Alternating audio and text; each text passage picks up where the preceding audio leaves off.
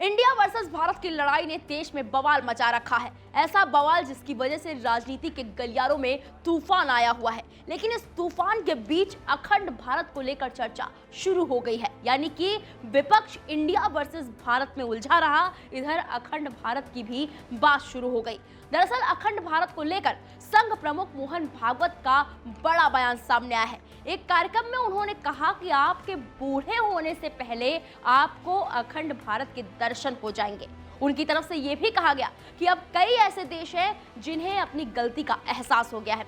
ये सारे वो देश हैं जिन्हें अखंड भारत का हिस्सा माना जाता है। मोहन भागवत ने कहा, मैं नहीं जानता कि अखंड भारत कब तक बनेगा, उसके लिए मुझे ग्रह ज्योतिष देखना पड़ेगा। मैं तो असल में जानवरों का डॉक्टर हूं, लेकिन अगर आपने मन में ठान लिया है कि अखंड भारत बनाना है तो जब तक आप बूढ़े होंगे वो सपना भी जरूर पूरा हो जाएगा।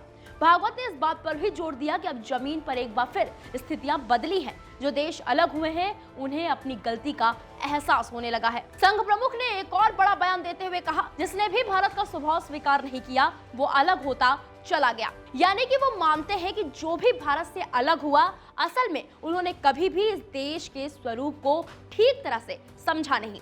अब अखंड भारत पर तो मोहन भागवत ने विस्तार से बता दिया। उनकी तरफ से आरक्षण पर भी विचार रखे गए। उन्होंने कहा, यह हमारे ही समाज की गलती रही है कि हमने एक तबके को पीछे रखा, उन्हें उनके अधिकारों से वंचित रखा।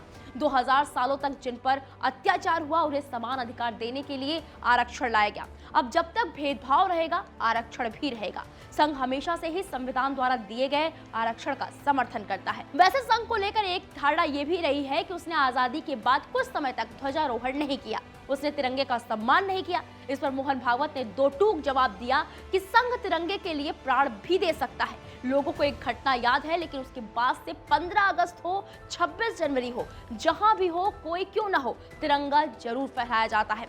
भागवत ने अखंड भारत को लेकर जो भी बयान दिया उसे कमेंट बॉक्स में जरूर बताइएगा। लेकिन आपको बता दें कि अखंड भारत का वही मामला है जो इससे पहले जब नई संसद भवन में अखंड भारत की तस्वीर लगी हुई थी तो सिर्फ भारत में ही नहीं बल्कि विदेशों में भी विरोध के सुर उठे थे, जिसको लेकर पीएम मोदी ने और अमित शाह ने उन्हें करारा जवाब दिया था। फिलहाल इस पूरे मामले पर भी जो आपकी राय है वो कमेंट बॉक्स में जाए और जरूर बताएं। वीके न्यूज, राष्ट्र के नाम।